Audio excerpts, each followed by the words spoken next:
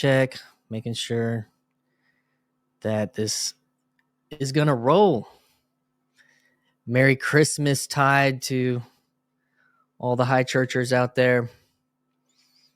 The 12 days of Christmas have begun.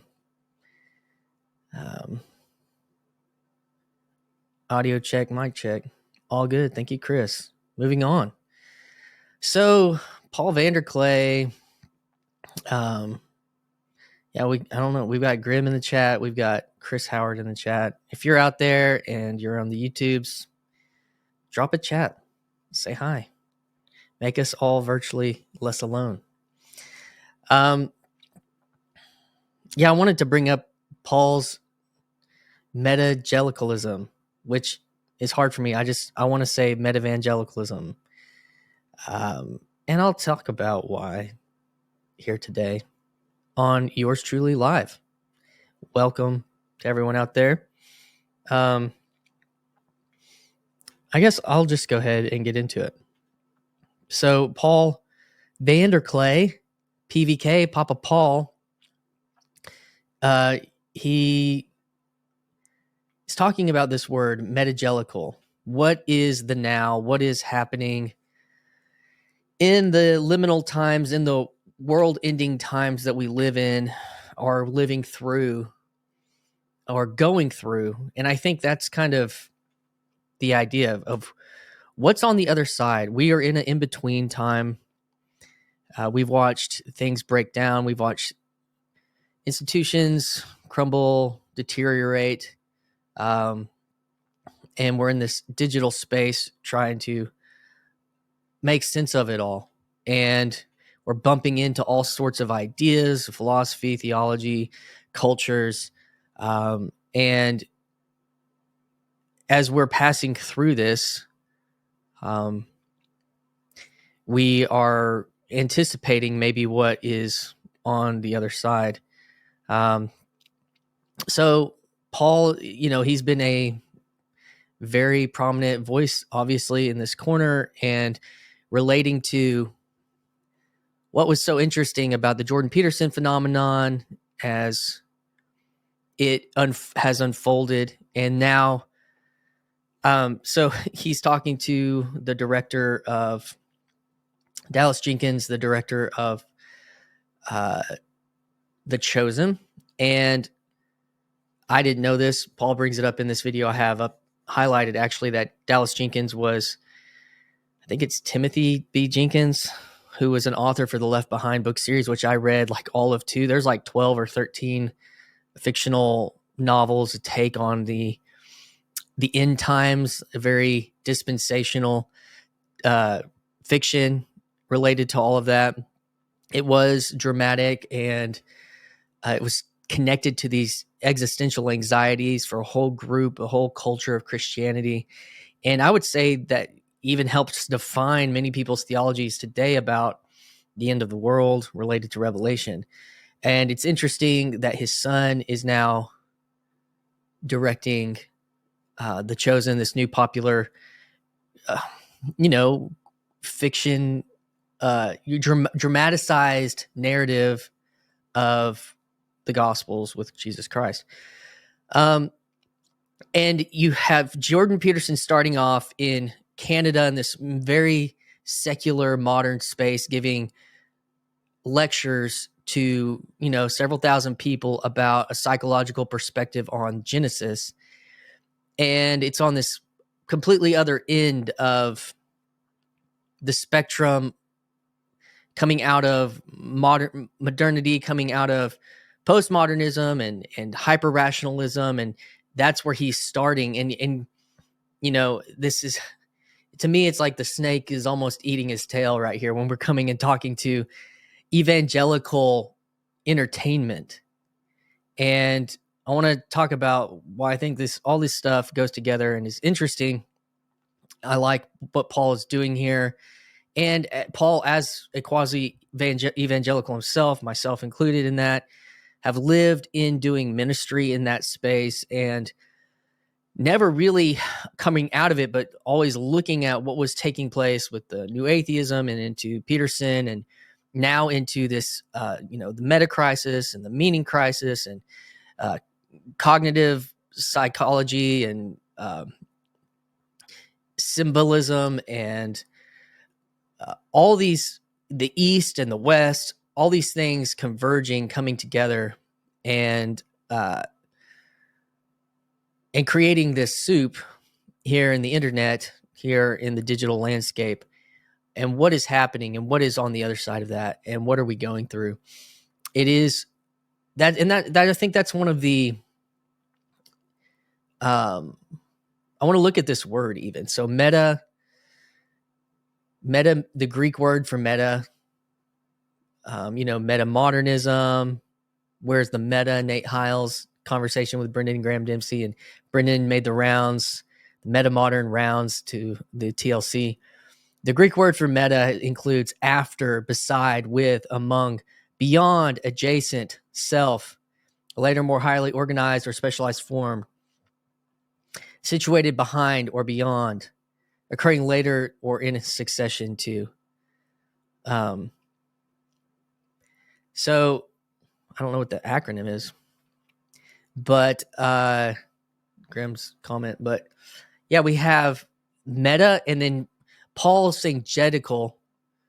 I'm saying meta-vangelical because the Greek word evangelion is where we get the word evangelical from, evangelism, which evangelion refers to the gospel in Christianity. Its direct translation is like good news, and so meta-vangelion is like beyond the news. E meaning like good, good, like the good meal, like the Eucharist. Evangelion, the good news. Well, we have beyond the good news, or adjacent to the good news, or the meta of the good news, beside, after. What is after the good news?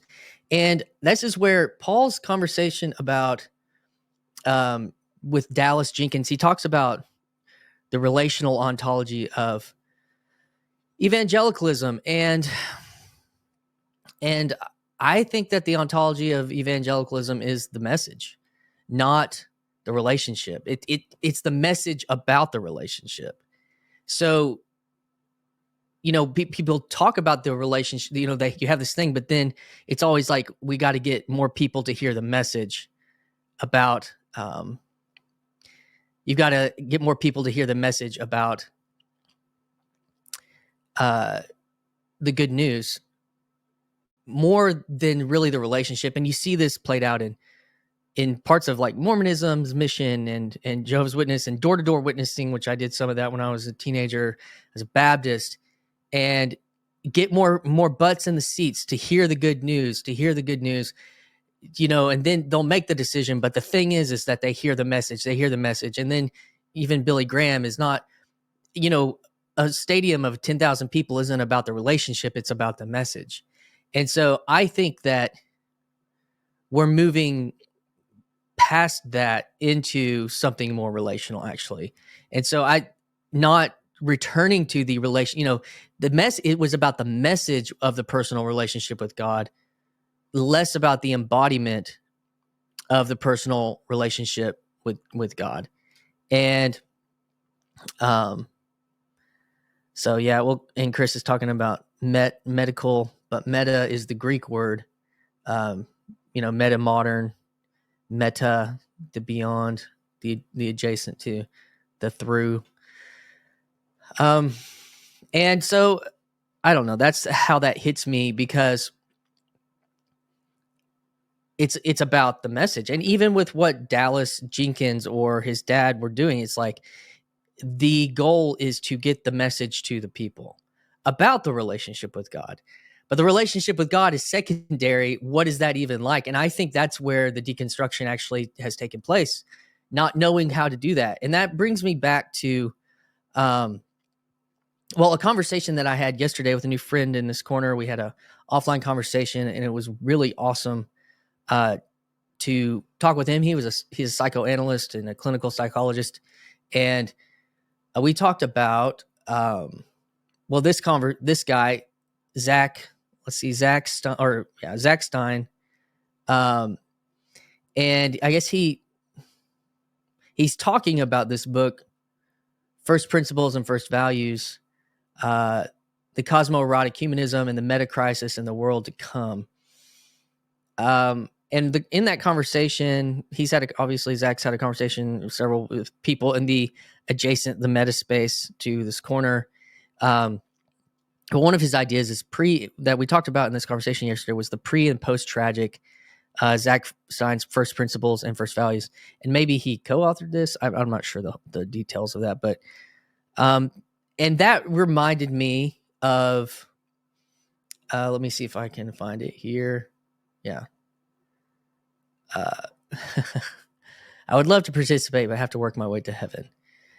Yes. So this conversation I clipped earlier this year it's in my CBYT, a primer, like my beginning essays on this, my perspective on the space. And this is one of my later ones, where John Mark Comer's talking to Carrie Nieuwhof, who kind of does commentary and culture on evangelicalism. And I always think of John Mark Comer in the footsteps of Dallas Willard and Richard Foster as these kind of evangelical mystics about embodiment and practice. And he references a book that I can't recall, but he outlines these 6 steps in the spiritual journey that are somewhat universal, I guess you could say. And he says the first 3, basically evangelicalism, he's like Bible churches or whatever he says, they do a good job at the first 3. And it's like, okay, get the message, get the idea, get the belief. Now learn some stuff, like go a little deeper about learning the doctrine and how the church works, and then start doing something or leading or, and that cycle. But it's what happens when you do all that and then things actually end up there. You end up facing tragedy and you're like, well, I did the right things, God. And this idea of the pre and post tragic that Zach Stein references is what happens. You're in this kind of innocent, childlike faith of the beginning and the joy and the euphoria. And then calamity happens even after you are in this good thing. And I know from my experience and from other people that have deconstructed out sometimes, or there's a spiritual bypass that just takes place of like, well, God's going to work it out. And, you don't have it as bad as so-and-so. And there isn't actually something tangible to deal with or to sit with or to, and we just gotta, God's so good and we gotta get that message out, and so we actually can't talk about the suffering. And so it's really interesting because then you go to the old traditions in the church, like Catholicism or Orthodoxy, and you get these images of the crucifix, and it's like, oh, here's an answer, here's a conversation, here's a meditation on the tragedy. And if you're talking about the good news, it gets conflated into like that there is no bad news. Or the good, after you believe the good news, there's no bad news because you're saved from hell. So I think like you have this, the church doesn't know what to do very well. The evangelical modern church doesn't know what to do very well with the post tragedy. And I think whether that's a form of deconstruction, a personal failure, somebody else failing you, a pastor failing you, where is God? I think that this is where my conversations with like Cadell Last from Philosophy Portal that I had, which was called Christian Atheism and at the end of Protestantism. And that he's talking about a dialogue that atheism needs to have with Christianity. And you kind of get this meme, there's a meme out there, Jordan Peterson, someone like asking Jordan Peterson, where did this Nietzschean and Jungian character come from? And the conversation between, well, what happens on the other side of the death of God? What happens on the other side of tragedy? What happens on the other side of your death of God, or your personal death, or your spiritual death? And we haven't had good answers. And something like, philosophy and psychology being reborn into these ideas with these ideas, and then they're attached to your your identity and your history. And that's where some of this meta-vangelicalism, I think, what's being reborn and what's kind of on the other side of the meaning crisis, and on the other side of this, post what has happened, the end of the world, in a way, post tragedy, this your personal death of God, your personal death of evangelicalism, your personal death, like Luke was in here earlier, like when he left evangelicalism, like it was a death, or and being reborn in this new space and mindset. But you don't, Jesus came back in his body. It's not like there was you're just completely disconnected from what happened to you. And I think when I look at what takes place in the meta-evangelical space, if we're going to call Jonathan Peugeot a meta-evangelical, and Jordan Peterson a meta-evangelical, and and Robert Barron a meta-evangelical, is like, they've all been like, Robert Barron was one of the first parts of Catholicism to really take this medium, and he called himself an evangelist in the gospel seminar. I watched the first one, which was the introductions, or most of it, and he describes himself as an evangelist. And it's so interesting to hear, a Catholic say, yeah, I'm like Billy Graham. But he is like a descendant of Billy Graham in so many ways. And then you have Jonathan Peugeot, who was a missionary, like a Baptist or low church missionary. And it's just like, that doesn't exist anymore. He's just an Orthodox. All the Protestant converts to Orthodoxy just now are only Orthodox. The past parts of their identity and their evangelicalness isn't being integrated on the other side of that. It's just completely dead. And I think that is a big part of what's going on. Let's see what else we've got here. Talk about that. So when in this conversation between Karen Newhoff and John Mark Comer, they get to the point about the spiritual life. Like, so when people kind of get into that stage 3, they're leading, and then the tragedy strikes, and then they don't know where to go. They may hop to another religious system. And he talks about careerism and kind of the woke, or the race, or LGBT stuff. And that becomes like, and you just start the cycle over, in that you don't actually possibly deal with the suffering or the deconstruction and that you're laid waste to. You're starting it over.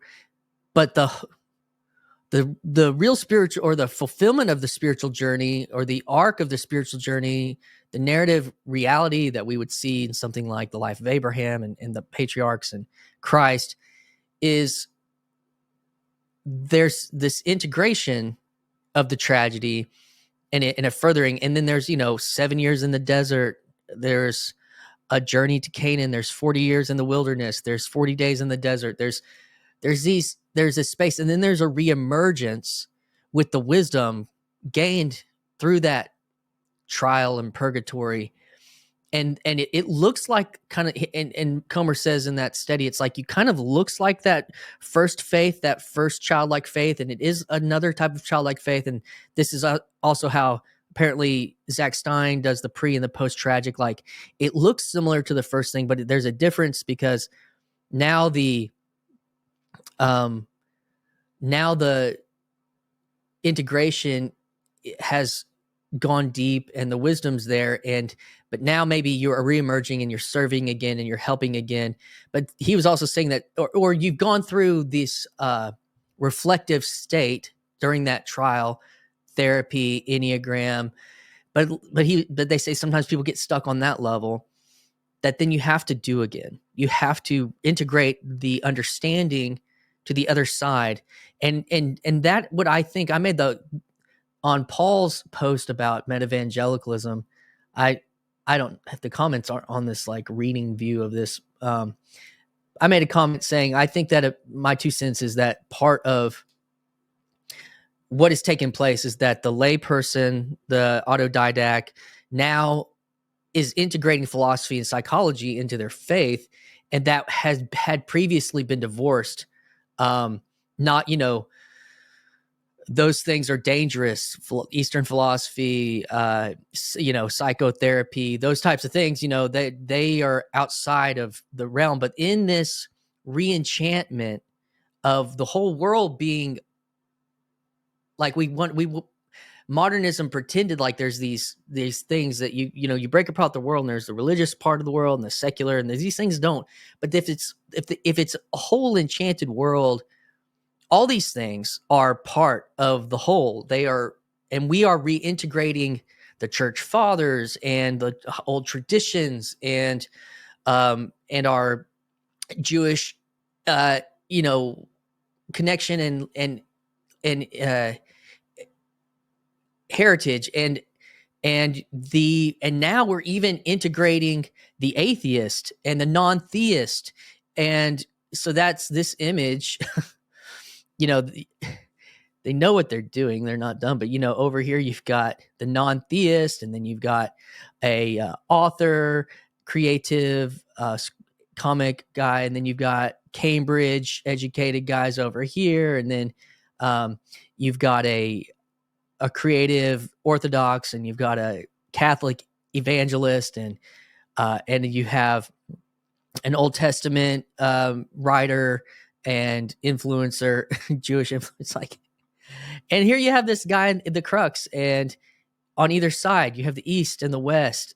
And I think that it is going to be a singularity when all this comes, when this stuff, and maybe we're in the singularity, when the East and the West, in that Tao image come together, and there's a piece of the East and the West, and there's a piece of the West and the East, and there's this dance. And so, and the conversation that I had with Cadell, and he's like, the image of the cross was like, and then he uses the Trinity in his philosophy. And it's like, I'm no longer afraid of these theological terms. I need them.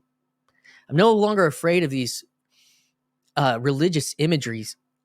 I need them. I need to integrate them. And what's on the other side of that? Like, it's like, oh, well, he hasn't gone far enough. It's like, he's on a journey. Like, that's the other piece. And I gave a shout out to Mark Parker on a stream. He talked about his Eastern perspective, being in kind of a low church, family church that he's attending. And, it's all about that decision about the message. Just, you have to make the right decision about the message. And he's like, there's a big problem with that. It's a journey. And the journey is the way through. And so we're,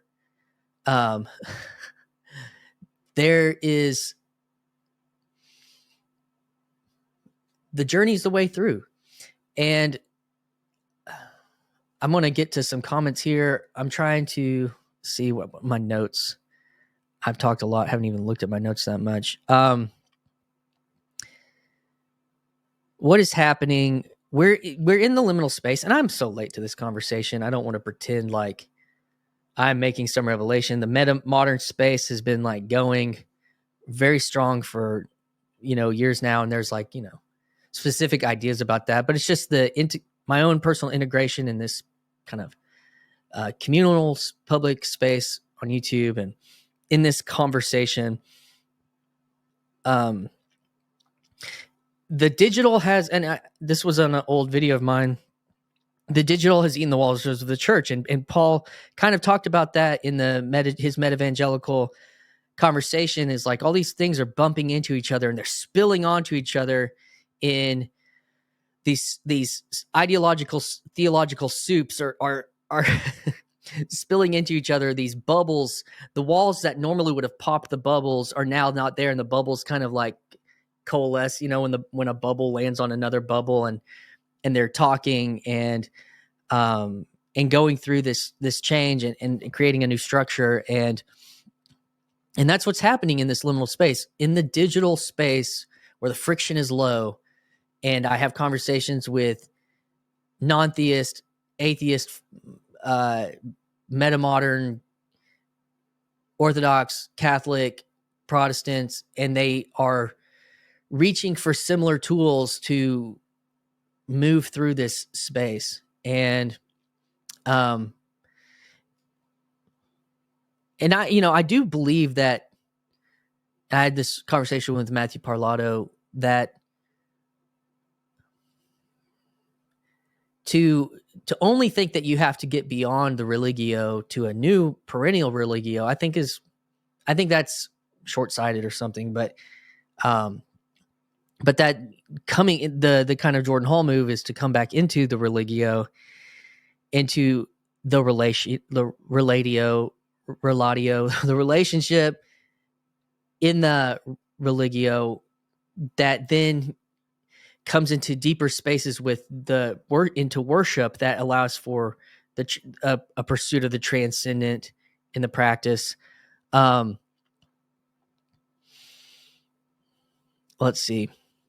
The other thing that he brought up in this conversation, and he actually has another. Well, I guess it's in the X stream. He has this. I listened to this Jonathan Rami, who plays Jesus in The Chosen, which I like. Paul, I haven't watched The Chosen. I kind of had his same gut response to being inundated in evangelicalism for so long. It's just like it's another Christian X thing that you're just kind of like, ugh, and I'm sure it's better than that. It's getting all sorts of attention and garnering all sorts of praise. And this kind of thing, it's what's interesting about this conversation with New York. It's when the New York Times is taking the Jesus actor seriously, something's changed. We're on the other side of something. This NPR serious conversation with Jonathan Rami is on the other side of something, because to me, I was watching there was a promotion for a movie on the Angel Network, which is like Netflix, and there was this, I can't remember, the big Christian actor guy, or not a Christian. There was an actor I recognize and it's being produced by Angel streaming network. And something about Christianity is beginning to win the entertainment war in the culture war, not like the ethical war in the culture war, but like seeing the entertainment landscape change in this way. There's like this little drummer boy in the movie theaters over Christmas, The Chosen, and there's these Christian movies are getting, and part of it's a money game, because there's this massive hunger for the wholesomeness in the debased culture that now Hollywood's like, oh, there's money there. Well, let's make some wholesome stuff, but I don't know.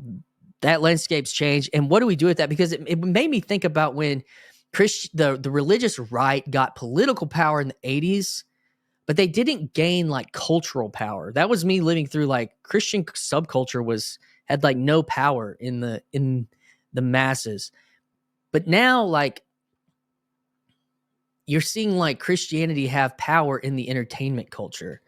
And you see, like, even with like Russell Brand's conversion and the conversations that he has, and even some of the Christians being on Rogan and Theo Vaughn and these different things, these kind of conversations, this is something that's on the other side of the old world.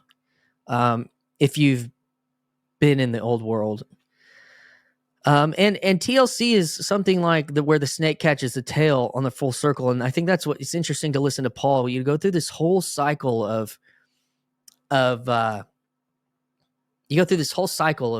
watching the Peterson phenomenon and being on the other side of new atheism and scientism and then the woke culture. And then like 7 years later, you're like, we are in a different world. And we're just at the beginning of it. And these conversations that TLC's having is at the tip of the tail, the head eating the tail, coming full circle. Which brings me to this. This church says Christ. I don't want to.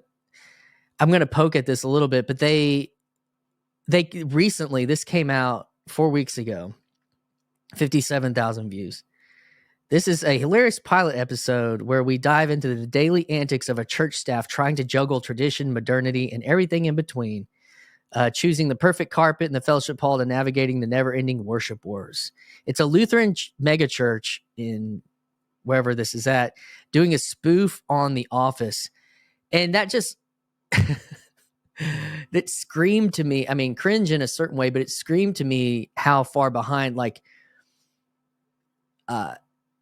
certain, like, traditional church cultures are just now playing in the trying to, like, connect to pop culture, which evangelicals been doing for 20, 30, 40 years.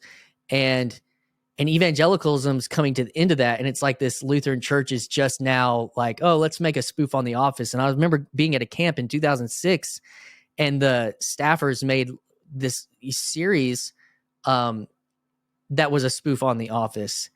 And and that was almost 20 years ago. And they're just now, this church is just now like trying to make that connection. I'm like, wow. So there are spaces where the church is like 20 years behind. And this is what that said to me. It's a funny little quip, but it's like, who's this really? What is this? Who is this message for? Is it for to reach the next generation? No, it's like for the people in the subculture of the church. Like, and it's not, parents watch The Office, not young people. 40-year-olds watch The Office still, serial Office episodes. So that was very interesting to me. And so, this is like, so what do we do? This is the sermon application. How do people maintain their faith or maintain their, how does it keep going on? And I think this is what's interesting in a connection with Peterson and Min, influence of the father on the faith practice of his children. Mother attends church regularly. Father's not practicing. Children will attend church regularly as adults is 1.5%. Mother and father, it's 32%. Father attends church regularly. Mother's not practicing. Percentage of children attending regularly as adults is 44%. Who knows, like, statistics and all these types of things, but one of the questions I had in that was had with me in that conversation with a new friend in the corner offline conversation was, what do you do? What do we do with our children? Like, how do we, and I do think if you have all the right ideas about faith, is that going to be what's helping? It's like, it's in small decisions that we make. It's in a type of faithfulness. And I work, like, am I catechizing my kids very well, or no, like, in a certain way. But I am believing that, like, my seriousness about faith and our participation in church is real, and it is this is who we are as a family. Like, that's identity all the way through. That is what is deeply important. And I think that's what we're looking for is coming into another part of the big question is identity. So our identity as meta-vangelicals, maybe. I don't know. I don't know how successful this was in my stream of thoughts, and I haven't done a live stream in a while, but Paul's meta-vangelical conversation kind of connected and went with this other conversation that I had, and I had some time and I want to get this out there, and it's Saturday morning. So yeah, I'll probably like clip this into its own thing, but I do want to open it up if there's people out there that want to hang out and do some virtually not alone conversations today here in the internets. I'm I'm down. So I'm going to drop the link if anyone's out there.